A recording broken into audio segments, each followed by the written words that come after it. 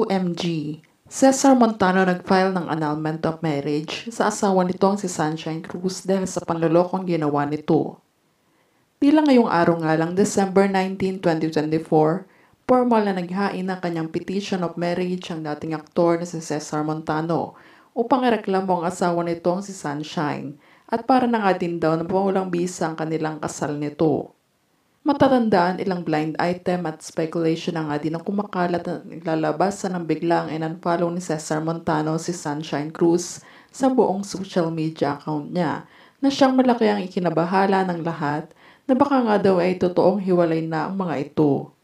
Sa kabila nito, isang palaisipan pa nga sa mga netizens na alisin ni Cesar Montano ang mga larawan nila na magkasama ni Sunshine at tanging 3 anak na lang nito ang tinirang larawan nito sa kanyang Instagram albums.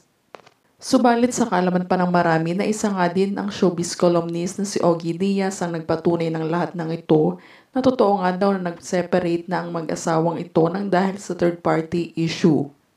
Kasunod nito ay nagbigay nga din siya ng clue at initial letter kung saan ay binuking nito ang lalaking kalaguyo ngayon ni Sunshine na nagsisimula sa initial na letter A at kasunod nito ay may 4 na letra lamang.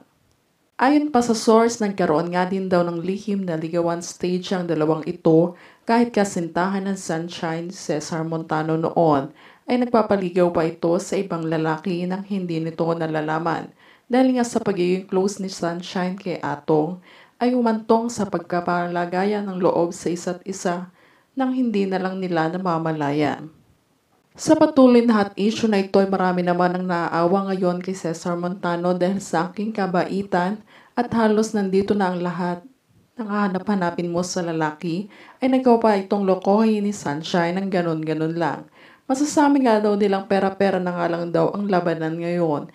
Kahit wala ng itsura ang lalaki ay talagang papatusin, makuha lang ang kagustuhan nito. Patuloy pa nga din daw ngayon ang pangungulit ng mga netizens sa pagsasalita ni Cesar sa publiko kung ano ang magiging official statement nito sa hiwalayan nila ni Sunshine at maging sa third-party issue na involve ang businessman na si Atong Ang. Ngunit sa kabila nito ay napansin nga din ng ilang netizens ang unti-unting pag-deactive ng account ni Sunshine Cruz matapos pumutok ang issue mula sa kanila ni Atong at maging sa interviewer nito ay todo iwas ito na banggitin ang naging ugat ng hiwalayan nila ni Cesar at umiiwas na sagutin ang third-party issue mula sa kanilang pagsasama.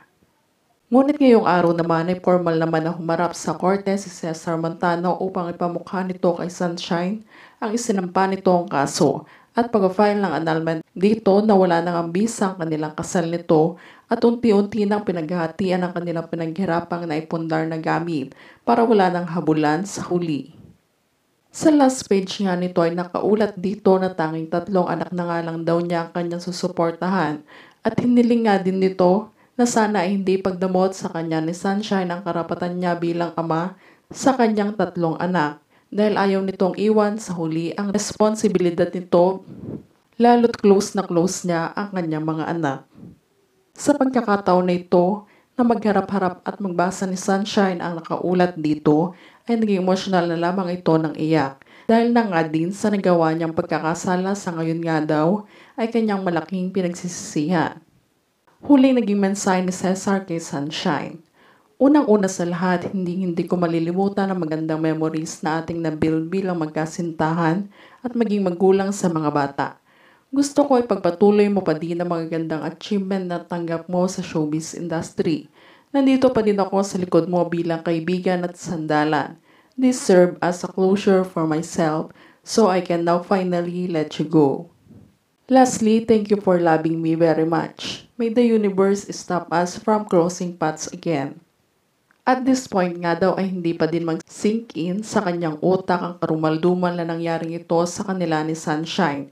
Ginawa lang daw niya yung karapatan niya bilang asawa at pagsisihan ni Sunshine ang lahat ng ito sa huli. May mga bagay nga daw na sadyang itinadhana lang pero sa huli ay hindi itinadhana. At naniniwala umano siyang walang happy ending ang lahat.